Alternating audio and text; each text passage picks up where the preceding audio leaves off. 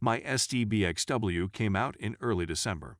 I can't move on, really long story. My world is now turned upside down. My life seems phony right now, and all I want to know is how to go back to living it. So the whole thing revolves around Thanksgiving. In my home, Thanksgiving is one of the few occasions a year when I can relax and have a drink. So I got buzzed, but my wife went intoxicated. I was cleaning the dishes towards the end of our meal when my wife stumbled into the kitchen. I asked her what was wrong since she was a weeping mess. I could barely comprehend "I'm sorry," since she slurred her words so horribly. I escorted her to her bedroom, retrieved a glass of water for her, and placed her on the bed. That was the day I began to wonder what was wrong with her. Then, in early December, I had to leave work early due to a terrible fall. When I arrived, I was taken aback by the presence of another automobile in my driveway. This wasn't a recognizable automobile either. It was a '03 Dodge Durango, which I hadn't seen since one of my friends smashed it at a house party in 2005. Anyway, I stepped in and my wife was sitting on the couch with a glass of wine in her hand, and as I walked in, she gave me a big embrace. When I inquired about the automobile in the driveway, she said that it belonged to a girlfriend. When I questioned where her girlfriend was, she replied she was having a shower after spilling wine on herself. I didn't believe this tale. I simply had a strong feeling she was lying to me. So I inquired once again, and she told me the same tale. At that very time, a thought occurred to me. I already know. That's why I came home early, I remarked as I sat down. My friends and I stopped playing poker because I had an Oscar-worthy poker face, and that factored into this as well. "No, what?" she said, terrified.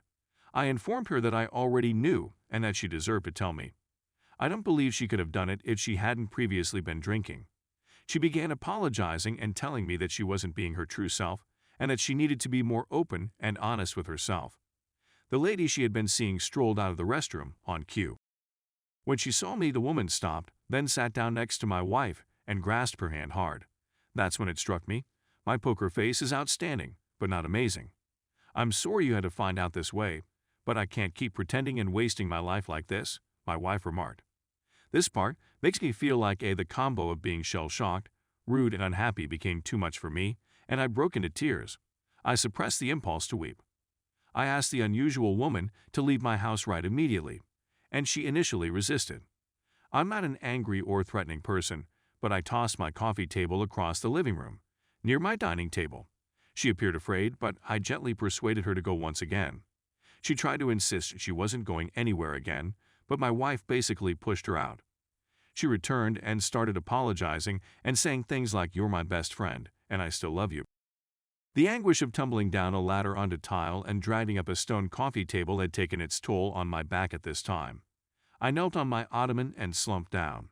My wife came over to calm me, but when she touched me, I freaked out, and she went to the bedroom. I slept on the ottoman right there. The rest of December turned out to be a living nightmare. I had had a serious back injury and needed to visit a doctor. I was given some powerful painkillers, as well as a cane, to help me walk. Because one of the drug's adverse effects was tiredness, I was asleep for the most of the time. Because of my back discomfort, I was unable to work for a month, and I spent the time mourning the loss of my marriage, as well as my excruciating back pain. In addition to watching Stargate SG-1, I like reading. Despite the fact that I didn't eat much and just sometimes snacked on, I managed to lose more than 13 pounds in only 2 weeks. My wife spent the most of December at her girlfriend's house, but she returned to our home for the holidays. My wife wept a little when she saw my dirty clothes, caveman beard, and protruding eyes. She and her friend came over, and my wife sobbed a little too. They sat me down and informed me that, despite the fact that my wife was no longer with me, she still cherished me as a best friend. She wanted for me to embrace her relationship and become a part of her life in whatever way I can. I had the confidence to tell her that I was done with her for the first time in weeks. My confidence in her had been broken, and I couldn't bring myself to stand there and cheer her. After abandoning me, she caused severe injury to my spine and a ruptured heart in me. The girlfriend sought to communicate with me, but I rejected her as a troublemaker in the household. When she became angry, I told her that she was not wanted in my house. She left. My wife began to speak, but I cut her off and instructed her that the homewrecker had to be removed before we could continue with our conversation. After the homewrecker had left, we had a nice conversation. I advised her that the divorce was impending and that she would be allowed to receive just a sliver of my estate as part of the settlement. The house I live in was passed down to me by my uncle long before we met, and both of my autos were given to me by him at the same time I got the house. After she expressed disappointment, I told her that this would be the last time we would speak face to face for the foreseeable future. From point on, my attorney would be in charge of all correspondence. She begged with me to keep in touch, but I was honest with her about how I was feeling at the time. I said that I had pondered suicide at least 10 times a day for the last year. Despite the fact that I told her she meant more to me than anything else, she took advantage of me. The fact that I was physically queasy and in bodily anguish because of our conversation was something I shared with her. She was well aware of the situation, so that's exactly what I've been up to. As a result, I find myself thinking about her all of the time. New Year's Eve was a complete disaster. I stayed away from alcoholic beverages throughout this time period mostly because it is dangerous when paired with my prescription medications. Speaking of painkillers, I should be through with them in a short period of time. The medications are terrible, and I really want to go back to work and do anything other than sleep and vomit. I'm sorry, but this is becoming too long. Please accept my apologies for the inconvenience. This was therapeutic for me in a manner, in certain respects. The freedom to let the words to flow was really useful to me. Is there anybody else who has had a similar experience? Do you know how to stop thinking about your ex-boyfriend or girlfriend? Please be certain that I will accept any advice you may provide. Story 2. My father cheated on my mom. Now he's the one who has been cheated on, and I struggle to have sympathy. I wasn't the one who was dumped, believe it or not.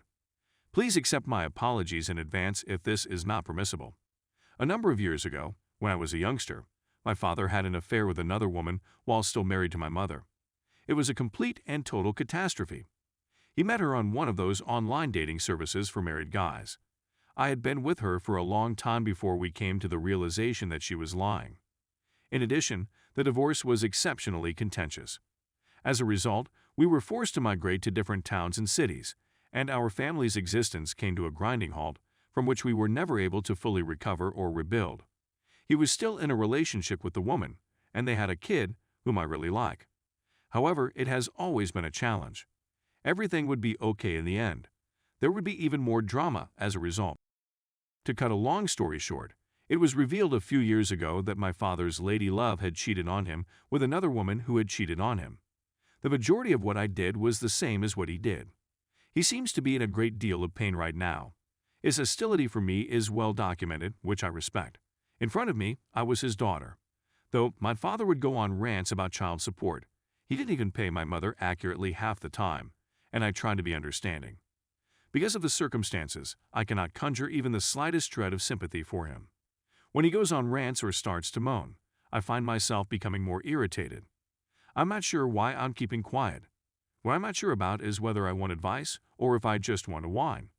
However, should I make an effort to empathize with him more, or are my feelings valid as they are right now,